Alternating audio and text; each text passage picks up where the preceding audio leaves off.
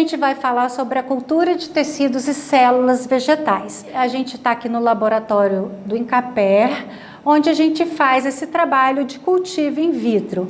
Quais as vantagens dessas técnicas? A vantagem é que aqui a gente consegue, a partir de poucas mudas ou de um tecido vegetal muito pequeno, a gente consegue produzir uma grande quantidade de muda, até eu diria uma quantidade ilimitada de mudas.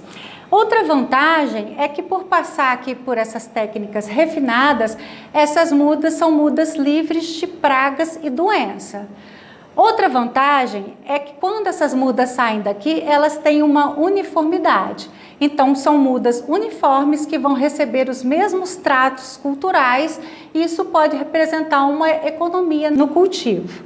Para trabalhar o material vegetal, então, o que a gente faz? Quando a gente recebe o material vegetal, a gente primeiro leva para a área externa e faz uma limpeza externa, tirando folhas, raízes. Então, por exemplo, para a produção de mudas de banana, a gente utiliza ou as mudas de banana ou um coração da bananeira. Alguns autores citam até que as mudas produzidas a partir do meristema do coração há uma produção maior de mudas. A gente então faz aquela asepsia externa, tirando folhas e raízes, e depois separa a região mediana e a região interna da muda, cortando até chegar no ápice caulinar. O que é o ápice caulinar? O ápice caulinar é o meristema caulinar, ainda envolto por algumas bainhas foliares da bananeira.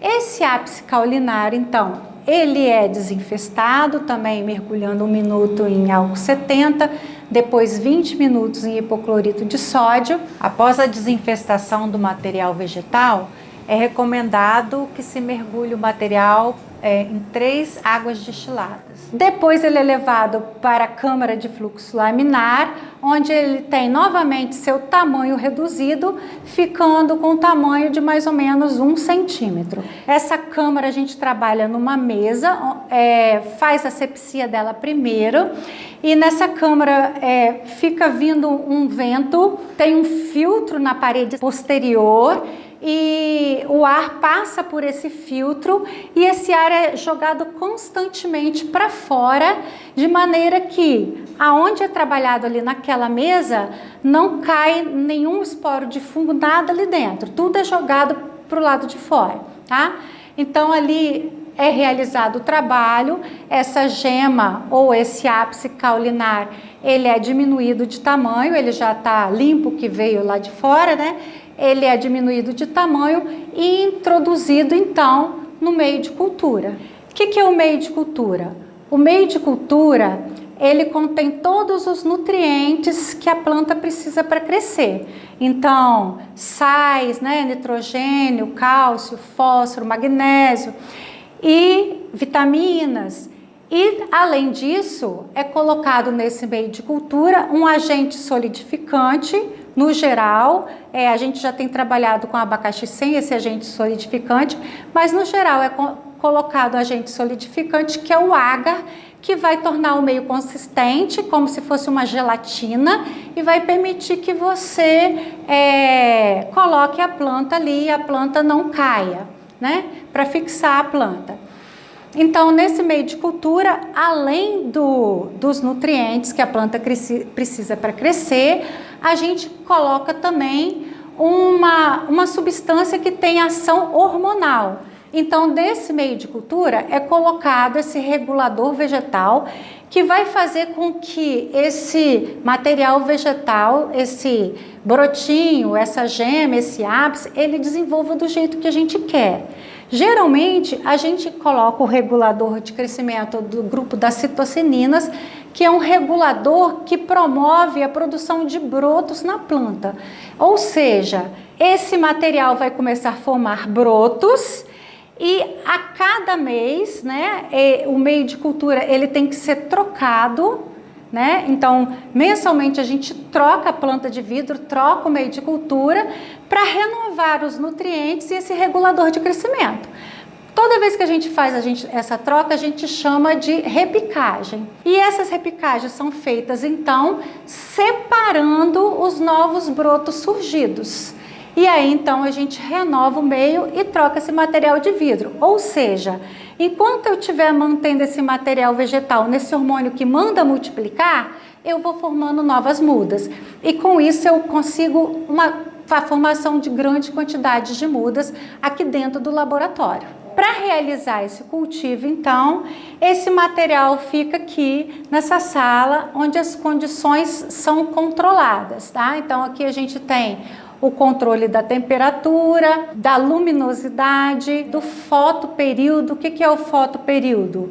É o período de luz. Então, durante o dia essas lâmpadas estão acesas e à noite elas apagam. Aqui também a gente trabalha num ambiente com o máximo de asepsia possível. Então a gente não pode ter aqui entrada de micro-organismos, porque senão contamina o material e a gente perde o material, tá? Então os frascos são fechados e são vedados para que não ocorra contaminação. Isso então é uma clonagem in vitro. Na clonagem in vitro, você tem a produção de uma planta exatamente igual à planta-mãe. Só que a gente aqui pode incorrer num problema, que é o quê? O surgimento de mutações nas células que vão formar plantas mutantes. Isso da cultura de tecidos é chamada de variação somaclonal. Algumas plantas não tem muito essa ocorrência de variação somaclonal muito grande, mas outras sim, como a bananeira. A bananeira ela é bem suscetível à ocorrência de variação somaclonal. Para que isso não ocorra, o que a gente faz? A gente toma certos cuidados. Que cuidados são esses? A gente limita a quantidade de repicagens, a gente limita a quantidade de mudas produzidas de cada muda inicial.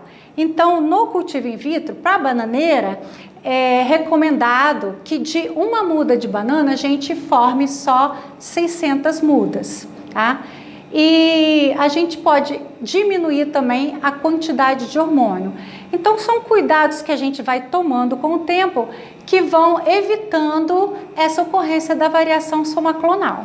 Então, após as repicagens mensais, após a produção de mudas e da quantidade de mudas que você pensou, então a gente passa para a etapa do enraizamento.